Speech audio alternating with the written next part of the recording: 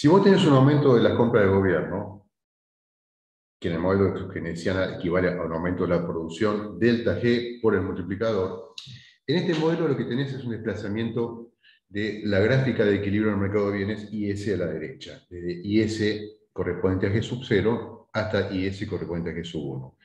Mientras los precios no cambian, y porque los precios no cambian, vos tenés un cambio en el equilibrio de corto plazo de un punto como el E a un punto como el F. O sea, de un punto como este, donde la economía estaba en un equilibrio del pleno empleo, donde la tasa de interés era R sub 0, y nivel de producción y a nivel de producción del pleno empleo. Después de la expansión fiscal, vos tenés que el punto de equilibrio es un punto como el F, donde tu nueva IS corta a la LM que no cambió. ¿Por qué no cambió la LM? Porque los precios están fijos. Y acuérdate que para poder dibujar la LM, que es una relación entre la producción y el tipo de interés real que mantiene el equilibrio del mercado de dinero, vos tenés que suponer que M y P permanecen fijos, o sea, la cantidad de dinero y el nivel de precios. ¿Es un buen supuesto ese? Bueno, es un buen supuesto mientras los precios no cambian.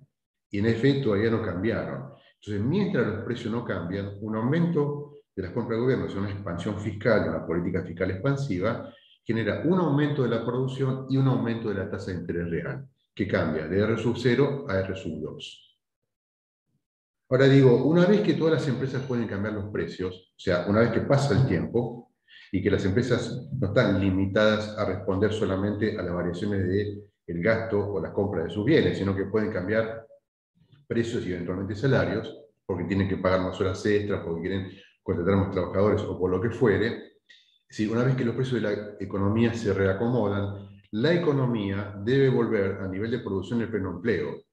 Para que eso ocurra, tiene que haber un cambio en el nivel de precio de la economía tal que desplace la LM de esta línea que dibujé yo acá, esta primera línea, a esta otra que dibujé acá arriba, que tiene la propiedad de cortar a la nueva IS en un punto como este H, que está situado sobre la línea de pleno empleo.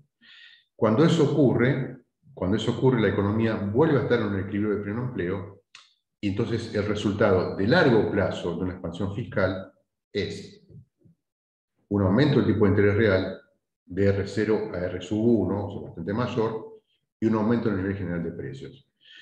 A ver, cuestión importante. ¿Los economistas están en desacuerdo sobre esto? ¿Hay una corriente de economistas, a ver, keynesianos, que cree que esto es cierto y una corriente de economistas no keynesianos? No, están todos de acuerdo. O sea, ningún economista va a estar en desacuerdo que vos tenés un efecto de corto plazo sobre la economía y otro tipo de efecto de largo plazo. O sea, en un horizonte de pleno empleo. La discrepancia entre los economistas es sobre el timing de ese ajuste en la economía. Hago una parada acá para preguntas a ustedes.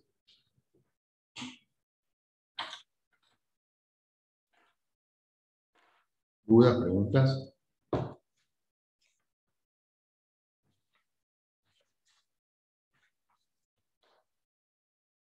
¿No? Ok. Ahora, fíjense, el aspecto que a mí me interesa traer a cuento hoy, o por ahora, más que el debate entre economistas keynesianos y no keynesianos, entre economistas keynesianos y economistas clásicos, es que inadvertidamente hemos introducido en el modelo el cambio en el nivel de precios.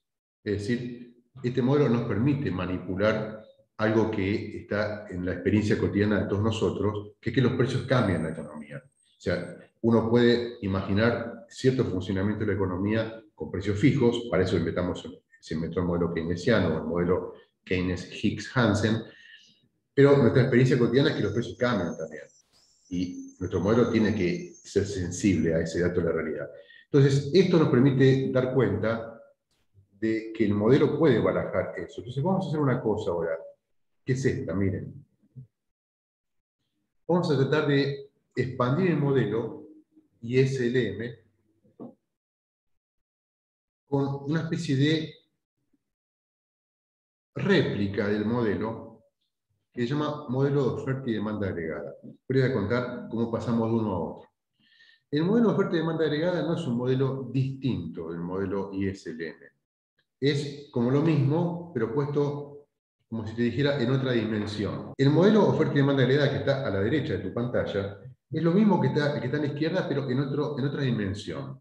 A ver, de hecho, los dos están apoyados o se derivan del modelo de cruz keynesiana. O sea, los dos salen de ahí. Los dos se derivan de una idea de que el gasto determina el nivel de producción de equilibrio, dado un conjunto de precios fijos. Lo que pasa es que en la derecha ahora vamos a admitir que los precios varían, y en el modelo de la izquierda es más difícil verlo. Vieron que tuvimos que hacer todo este razonamiento, desplazamos la LM, porque aumentaron los precios, pero el aumento de los precios es como que está detrás de bambalinas en el modelo ISLM. Y en el modelo de oferta y demanda agregada, vos lo ves ahí, está en el nombre de uno de los ejes, el eje de precio. Bueno, entonces la pregunta es, ok, si son lo mismo, ¿por qué tenemos dos en vez de uno? O sea, profe, ¿para qué quiero dos cosas de lo mismo? O sea, es como dos pares de media izquierda.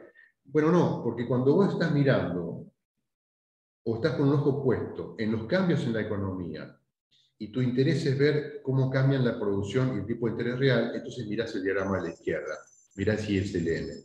Pero cuando vos estás preocupado por los cambios en el nivel de producción y los cambios en el nivel de precios, o la inflación, ponele, que está conectada con el cambio en los precios, obviamente te conviene mirar el diagrama que está a la derecha, porque tiene explícitamente el nivel de precios en el eje vertical. Entonces, los dos hablan de lo mismo, salvo que en uno nos enfocamos en la relación entre la producción y el tipo de interés, y en otro nos enfocamos en la relación entre la producción y el nivel de precios, o la inflación. Después te voy a contar más adelante cómo puedes usar o el nivel de precios o la inflación alternativamente, porque de hecho el libro que vos usas usa la inflación más que el nivel de precios. Pero es lo mismo. Ok. Déjenme contarles cómo armamos esa curva de demanda agregada. A ver, la demanda agregada, y esto es una definición, es una relación entre el gasto agregado de la economía y el nivel de precios. Acordate que en cruz keynesiana veamos que el gasto de la economía, el gasto planeado, determina la producción, dado un nivel de precios. Y ahora decimos, bueno, ¿qué pasa si permitimos que los precios varíen? Bueno, la demanda agregada es la manera en que responde el gasto agregado de la economía, que es igual a la producción, cuando varía el nivel de precio. La demanda agregada tiene una pendiente negativa, miren el diagrama que está abajo a la derecha, igual que una función de demanda típica de microeconomía. Pero yo les dije a ustedes en algún momento de mi clase anterior o la anterior, que esa analogía es solamente aparente. Porque cuando vos dibujás una curva de demanda microeconómica, esa pendiente negativa que tienen refleja un hecho, bueno, bastante fácil de entender, que es que si el precio de un bien aumenta en relación a los demás, yo probablemente deje de comprar un poco de ese bien y compre otra cosa, sí, qué sé yo. Suponete que en mi casa consumimos lácteos, yogur, verduras, carne, té, café. Y el precio del café empieza a aumentar mucho. Bueno, probablemente algo sustituya yo en el margen y compre menos café porque tengo una restricción de presupuesto. Yo, como tengo un ingreso y unos precios que definen lo que yo puedo hacer y lo que no puedo hacer, si el precio de un bien en relación a los demás aumenta, probablemente sustituya, reemplace algo de ese bien por otros bienes. Deje de consumir un poco. Esa es la explicación de la pendiente negativa de la curva de demanda en microeconomía. O sea, lo que se llama la demanda marshalliana, por Alfred Marshall, que fue el que inventó ese gráfico, un economista de fines del siglo XIX. Ahora, fíjate, en macroeconomía, lo que tengo en el eje vertical no es un precio relativo. ¿Qué es esto? Esta P que está acá, en la demanda agregada. ¿Alguien se acuerda? ¿Qué es el nivel de precios?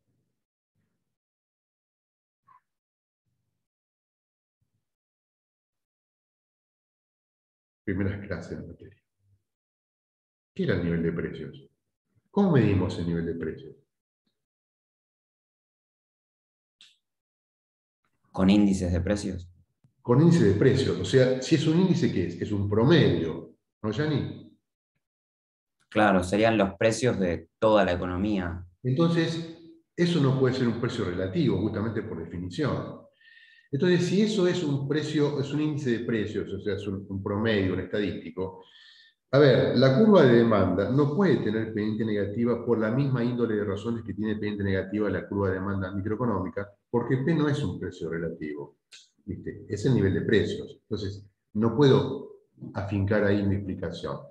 Bueno, déjenme contarles un poco de dónde viene la pendiente negativa de la función de demanda o la curva de demanda agregada. Miremos el diagrama de la izquierda. Ahí tengo una IS, o sea, tengo un cierto equilibrio del mercado de bienes, y una LM1. Una LM1. ¿Qué es el LM1? Bueno, LM1 es una LM que yo dibujé para una cierta cantidad de dinero y un cierto nivel de precio que llamo P sub 1, 100, ponele. Entonces, miren esta ecuación. Esto. Supongan que yo tengo un equilibrio del mercado de bienes, perdón, mercado de activos, que corresponde al nivel de precios P sub 1. O sea, M sobre P sub 1 es igual a la demanda real de dinero, L, que depende del nivel de producción y el tipo de interés real. Entonces, tengo ese equilibrio en el mercado de bienes, en el mercado de activos. ¿Qué pasa si P sub 1 aumenta? O a P sub 2, que es más alto. O sea, que el nivel de precios va de P sub 1 a P sub 2, que es mayor que P sub 1. ¿Qué pasa con M sobre P?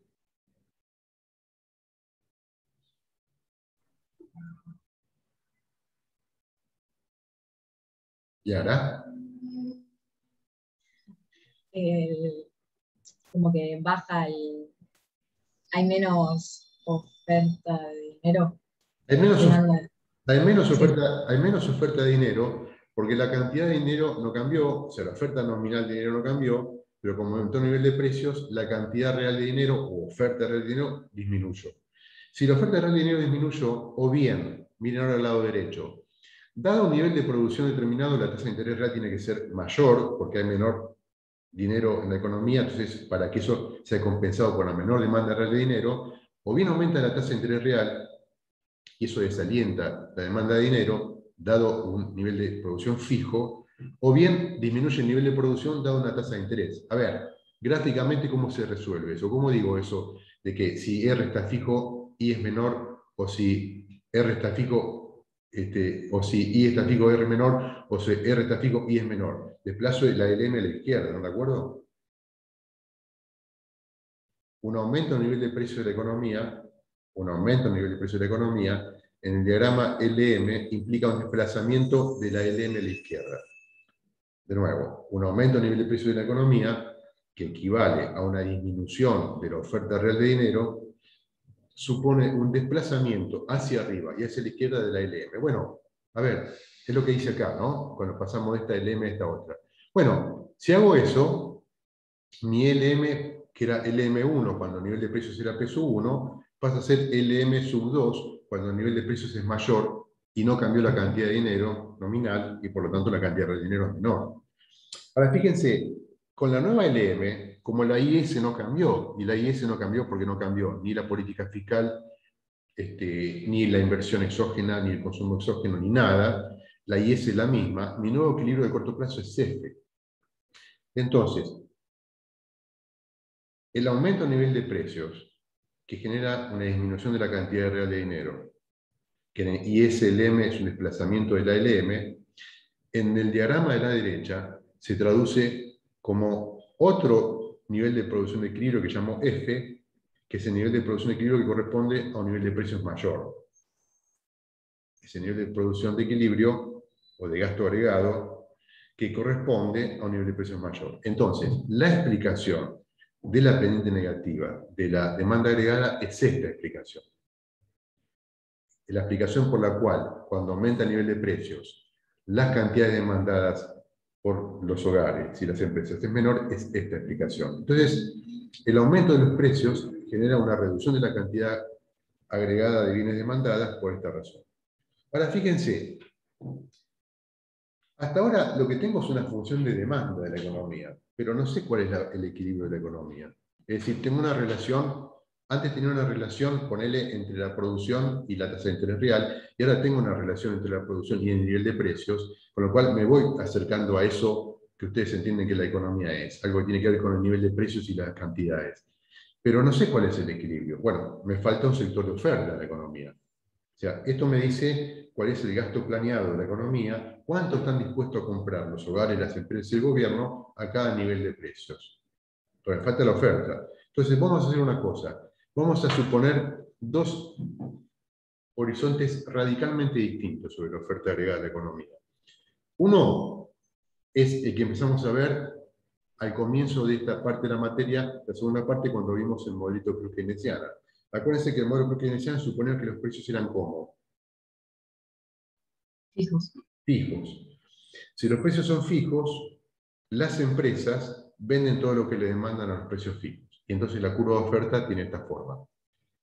Es una línea horizontal, que se llama oferta agregada de corto plazo, ¿no? Oferta agregada de corto plazo, y es una línea horizontal que corta al eje de precios, ahí me olvidé de ponerlo, pero esto es el eje de precios, acá debe haber una P, que corta el eje de precios en un nivel de precios P sub 0, llama eso la inflación vigente o inicial de la economía. Inicial en los problemas que vos se resuelven en los libros, en el libro de texto, la inflación vigente, digamos. Entonces tenés una oferta agregada horizontal y una demanda agregada con pendiente negativa por las razones que acabamos de ver. Bueno, y tenés un equilibrio como este punto F, donde la demanda agregada corta la oferta agregada.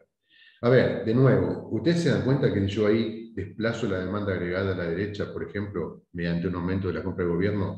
¿Eso genera un aumento en la producción, pero no varía los precios? Si desplazás esta línea gris, eso lo ven.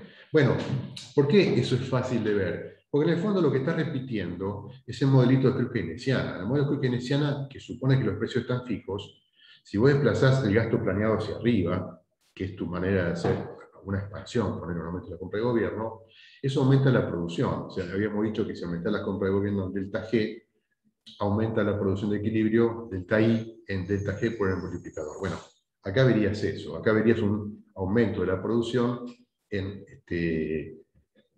delta G por 1 menos C, por 1 sobre 1 menos C. Y a la derecha te hice un gráfico un poco diferente.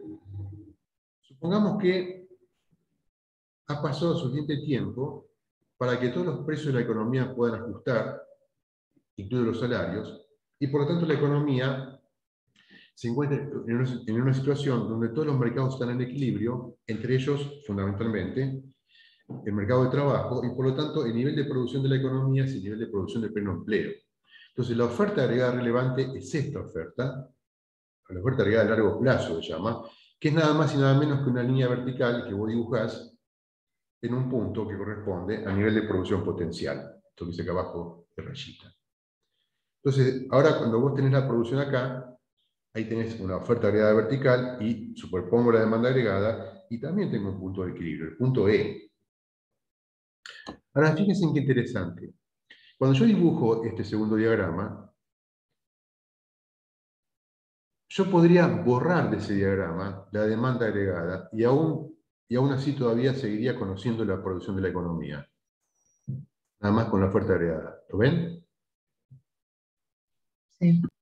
¿Por qué? Porque no importa cuál sea el nivel de precios, el nivel de producción potencial o el nivel de producción de pleno empleo o de equilibrio no depende del nivel de precios. ¿De qué dependía el nivel de producción de largo plazo, o potencial o de equilibrio? ¿Alguien se acuerda?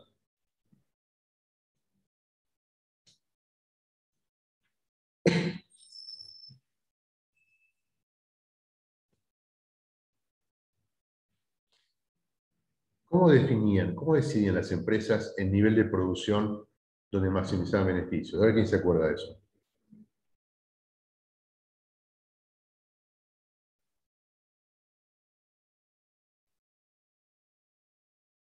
¿Del producto marginal?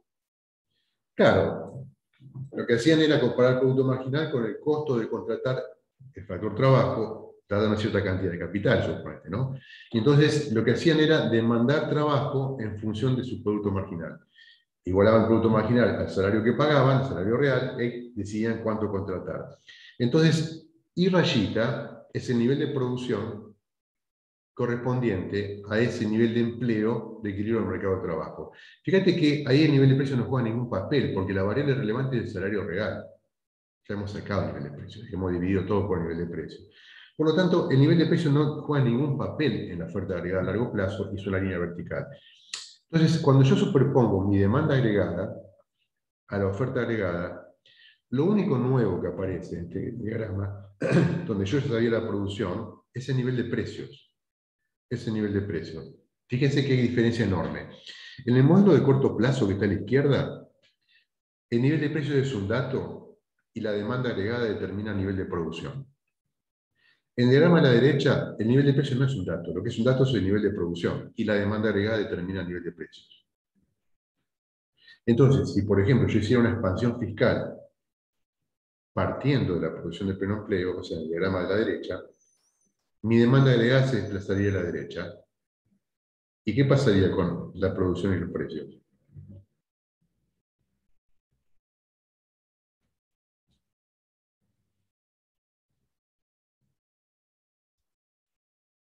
La producción queda igual. Ok. ¿Y el nivel de precios?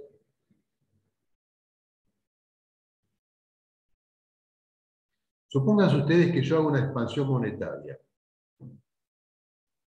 O sea, algo que en mi diagrama ISLM acá desplaza la LM a la derecha.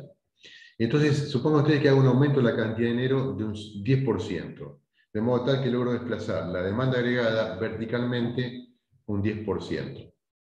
Si yo desplazo un 10%, la demanda agregada verticalmente hacia arriba, acá, esto, lo desplazo hacia arriba,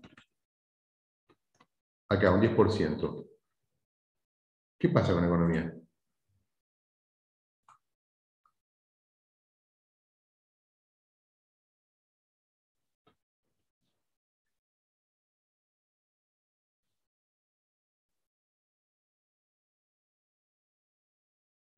¿Qué pasa con la producción? Sigue estando en pleno empleo. Claro, ¿y qué pasa con el nivel de precios? Aumenta. ¿Cuánto? Proporcional.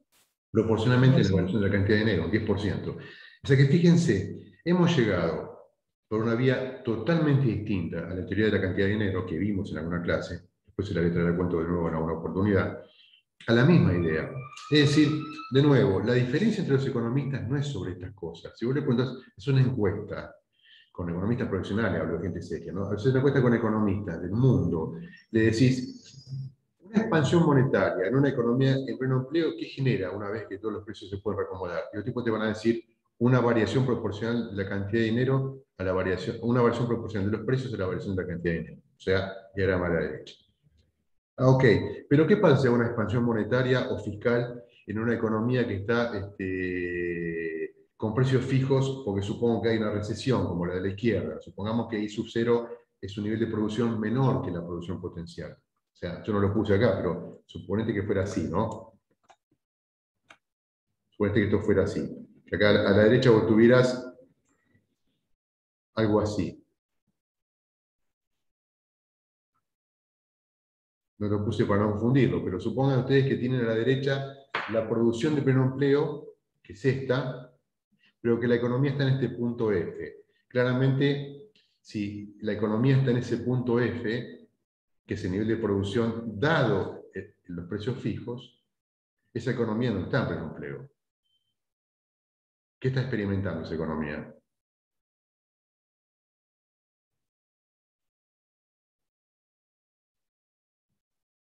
Si la línea gris vertical es la producción del pleno empleo. ¿Qué está experimentando esa economía del diagrama de la izquierda? Brecha contractiva. Brecha contractiva. A ver, si hay una brecha contractiva, quiere decir que las empresas podrían vender más de lo que venden. Y por lo tanto, una hipótesis, si los precios no fueran rígidos, es que a medida que pasa el tiempo, como las empresas tienen un inventario de bienes que no quieren tener, empiezan a rematar, a bajar los precios, a hacer algo por esa línea.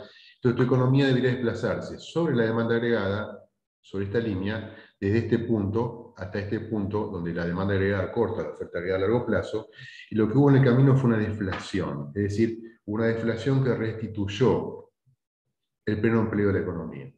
Ahora, ¿cuál es el debate de los economistas en ese diagrama? El debate de los economistas no es si hay o no hay una contracción. O sea, un economista clásico y un economista keynesiano ahí ven una contracción. La discusión es la siguiente. Un economista keynesiano puede llegar a decir, miren, como los precios son rígidos y no ajustan rápidamente, probablemente ese camino sobre la demanda agregada entre el punto F y Déjenme hacer esto.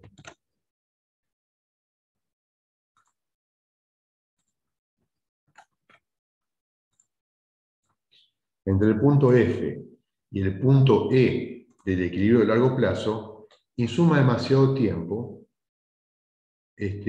durante el cual muchas personas van a experimentar desempleo involuntario. Entonces, la política económica debe ayudar, debe inducir ese camino hacia el pleno empleo, por ejemplo, desplazando la demanda agregada. O sea, yo podría hacer algo que desplace la demanda agregada de manera tal que esta línea haga algo así. En ese caso, fíjate, lo que restituyó el pleno empleo no es una deflación de la economía, es decir, una transición sobre esta demanda agregada, sino una expansión de la demanda, de acá hasta acá, que condujo la economía sobre la oferta agregada de corto plazo a este nuevo equilibrio en lugar de a este. Entonces, la pregunta es, bueno, pero ¿qué te pasó en el medio? Bueno, probablemente si P sub 0 era un nivel de precios que no era demasiado alto, mi expansión fiscal o monetaria, lo que haya hecho, validó ese nivel de precios o esa tasa de inflación eventualmente, evitando la economía los dolores del parto de la deflación y el tiempo que lleva la economía a ajustar. Ahora, claro, ¿de qué depende que eso sea un buen negocio para vos? Bueno, ¿en qué nivel de inflación estabas en P sub 0? Si P sub 0 es una inflación de un dígito, probablemente una expansión monetaria para impulsar la demanda agregada sea algo bastante aceptable por la sociedad, pero si P sub 0 una inflación del 50, o el 60, o el 80%, una expansión monetaria adicional para impulsar la demanda agregada hacia la derecha, tenga algún efecto sobre los precios que no sea considerado aceptable o deseable por la sociedad. Por eso te digo de nuevo, la economía usa la matemática, los gráficos, pero dista de ser una ciencia exacta, porque en el medio están las preferencias de las personas, las orientaciones de los gobiernos, obviamente el difícil diagnóstico de la situación en que tu economía se encuentra, etcétera, etcétera, etcétera. Pero poniendo esto en blanco sobre negro, cuando mirás un tema de corto plazo, mirás este diagrama, mirás la oferta agregada de corto plazo. Cuando mirás un tema de largo plazo, mirás este diagrama con la oferta agregada de corto plazo. Ok. Bueno, nada. Profe, Sí. pero en el otro gráfico de corto plazo, en el punto E, el nivel de precios, o sea, no estaba sobre el nivel de precios, digamos. Otra vez, a ver. El punto E de equilibrio no estaba sobre la línea esta de nivel de precios. No, está más bajo, porque cuando la economía haga... A ver, déjame que borre esto para no confundirlo. Si el gobierno si el Banco Central no hace nada, y si la política fiscal no hace nada, con el paso del tiempo, o esto es lo que la teoría económica dice, la economía va a experimentar una deflación de precios. Es decir, que al final del camino lo que te va a pasar es que vas a tener, una transición hacia algo como esto. O sea, vas a ir a un nivel de precio más bajo, vas a ir a una producción de pleno empleo con un nivel de precio más bajo, que va a ser esa línea gris horizontal que pasa por el punto E. ¿Entiendes? O sea, una nueva oferta agregada a corto plazo. Este punto F era un equilibrio ISLM, es decir, era un equilibrio del mercado de bienes y del mercado de dinero, pero no era un equilibrio general, no era un equilibrio de pleno empleo. ¿Por qué? Porque el pleno empleo es esta línea. Si el Banco Central no hace nada, y si la política fiscal no hace nada, la economía va a hacer un ajuste automático hacia la baja de los precios. Eso inevitablemente va a ocurrir. Lo que estamos discutiendo es cuánto dura eso, cuánto le cuesta a la sociedad eso. Pero va a ser un ajuste hacia abajo que conduzca al restablecimiento del pleno empleo en el punto E a un nivel de precio más bajo. Lo que yo te estaba diciendo es que los que hacen la política económica eventualmente pueden preferir evitar ese tiempo de ajuste relativamente prolongado, durante el cual muchas personas están desocupadas y muchas empresas no venden la producción y el gobierno ve caer la recaudación tributaria, mediante una política de expansión de la demanda agregada que desplace a la derecha la demanda agregada en ese diagrama y por lo tanto que permita que la economía vuelva al pleno empleo sin la deflación. ¿Entiendes? Sí, pero ¿no habías dicho que si la demanda agregada subía también afectaba el nivel de precios? Claro, porque si vos subís la demanda agregada, fíjate, si yo hago esto, yo en vez de esperar que los precios hagan el trabajo de llevar la economía al equilibrio, y lo hago yo impulsando, ponele, un aumento de la obra pública, impulso la demanda agregada a la derecha. Al hacer eso, la economía también va al equilibrio, pero el equilibrio es este, no este. ¿Ves? Es este. El equilibrio va a ser, no sé, vamos a llamarlo, qué sé yo, a este punto de acá arriba, acá. H. Es decir, de las dos maneras llegás al pleno empleo, pero de una manera llegás al pleno empleo mediante una deflación, llegás al punto E, y mediante la otra vía llegás al pleno empleo sin la deflación. De nuevo, la pregunta es, bueno, ¿por dónde voy? Bueno, todo depende de dónde sea P sub 0. Si vos estás en una economía, ejemplo, Estados Unidos en los años 80, otro ejemplo que se me puede ocurrir más cercano al tiempo. Argentina 2003. Argentina 2003. Argentina 2003 sale de la crisis de 2001. En el 2002 hace una gran devaluación, presidencia interina de Dualde. La inflación pega un pico, pero baja enseguida. ¿Por qué baja enseguida la inflación que genera la devaluación? Argentina pasó de tener un tipo de cambio, un peso contra un dólar, a tener un tipo de cambio de 4 pesos contra un dólar. Eso generó un gran, digamos, fogonazo a nivel de precios. Pero Argentina venía de esa época de tener un 17% y pasó a tener un 20 y pico por ciento de desempleo, y eso le puso un gran techo al aumento de los precios. Con lo cual, después les voy a mostrar un gráfico en la clase que viene, probablemente. Los precios bajaron rápidamente y eso dejó como un margen para hacer alguna política fiscal expansiva, y la política fiscal, yo te diría, de los primeros años del gobierno de Néstor Kirchner fue muy expansiva. Es decir, lo que se eligió hacer fue, una vez que bajaron los precios, año 2003-2004, hacer una expansión fiscal que llevara la economía desde este punto F a este punto H. La pregunta es, ¿la economía aquella podría haber hecho ese camino o ese trabajo sin la expansión fiscal de Néstor Kirchner? Probablemente sí, probablemente no. Probablemente sí. Pero el tema es que con 24% de desempleo, ¿cuál era el sentido de prolongar en el tiempo la experiencia del desempleo, fábricas cerradas, gente que no consigue trabajo, jóvenes que no se ocupan del mercado de trabajo, etcétera, etcétera, etcétera, pudiendo hacerlo? Entonces ahí me llevan ustedes a una pregunta que todavía no aparece en mi argumentación, que es, bueno, pero ¿qué es lo que define si puedes hacerlo o no puedes hacerlo? Bueno, y ahí aparece un tema que yo no nombré todavía, que espero nombrárselos más adelante al final de la materia, que es la solvencia del sector público. Es decir, el sector público, como el sector privado, como vos, como yo, también tiene una restricción presupuestaria. A ver, ¿qué quiero decir con esto? ¿Yo podría rescatar a algún miembro de mi familia que le va mal en la vida? Bueno, como querer, querría. El problema es si puedo. Y para ver si puedo, lo que tengo que mirar es mi cuenta en el banco, o sea, mi restricción presupuestaria. Al gobierno le pasa lo mismo. El gobierno, estando en un punto como el F, en una brecha contractiva, podría querer hacer la transición de F a H en vez de la transición de F a E. Es decir, una expansión de la demanda para restituir el pleno empleo en vez de una apuesta a la deflación para restituir el pleno empleo. Porque suponemos que es menos dolorosa la expansión de la demanda que la deflación. La pregunta es, ¿siempre podés? Y la respuesta es no, no siempre podés. Porque el sector público tiene como sector privado una restricción de solvencia, una restricción de liquidez, de recursos. Argentina hoy, por ejemplo, podría hacer un montón de cosas si tuviera acceso al crédito. Pero como Argentina no tiene acceso al crédito, la única posibilidad para financiarse es mediante emisión. ¿Y cuál es el problema que tiene un gobierno que solo se financia con emisión?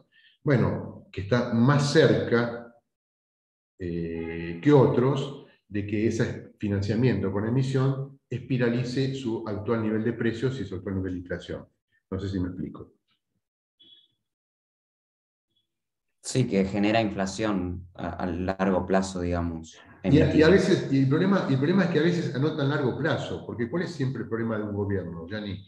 El problema de un gobierno es hacer cosas en principio que no sean dañinas para la economía. Yo parto de un presupuesto, no creo que los gobiernos quieran hacer cosas dañinas a propósito. Digo, un gobierno siempre quiere hacer algo que no sea dañino para la economía, habitualmente que sea bueno, pero siempre pensado también desde el punto de vista electoral. Ustedes, si miran la historia económica argentina reciente, más o menos de 2010 para acá, van a encontrar que Argentina literalmente no crece. O sea, uno mira la historia del Producto Bruto, literalmente no crece. Sin embargo, uno puede detectar que hay unos años donde la economía crece un poquitito y hay otros años donde la economía decrece un poquitito. Y en general la economía crece cuando los gobiernos están mirando el ciclo electoral. Y después tratan de hacer el ajuste cuando pasó el ciclo electoral. A ver, yo me imagino que en todos los países del mundo algo de eso debe haber. Lo que pasa es que en un país que no crece, eso lo que te genera es un diagrama plano, horizontal, así, de tendencia del producto, sobre el cual va oscilando con algunos años por encima, cuando está la perspectiva de las elecciones, algunos años por debajo, cuando no está la perspectiva de las elecciones. A ver, ¿qué es lo que eso genera? Bueno, a largo plazo eso genera una especie de naturalización y espiralización de la inflación. Pasó con Macri, está pasando ahora, es probable que siga pasando el año que viene. Y el problema es que cada vez te pasa más, porque en un horizonte donde vos no tenés financiamiento distinto, el financiamiento monetario, el financiamiento por emisión, es más rápido el tiempo que le toma a la economía incorporar esa mayor cantidad de dinero en un mayor nivel de precio. O sea, más rápido se mueve la LM, si querés verlo así. Ok. A ver, para terminar un poco esta parte de la exposición. No hay un gran desacuerdo entre los economistas respecto de cómo usar este modelo. Es decir, los economistas están todos más o menos de acuerdo que a corto plazo el mundo se parece al mundo que te dibujé a la izquierda. Una expansión de la demanda con precios fijos supone un aumento de la producción y una no variación de los precios. Un aumento de la demanda agregada en un horizonte de precios flexibles sobre el pleno empleo te genera un aumento a nivel de precios y ningún aumento de la producción ni del empleo. Es decir, no hay diferencias entre los economistas sobre el trazo grueso de eso. Pero, y ahí viene la parte interesante, porque siempre, como dice la frase, el diablo está en los detalles, los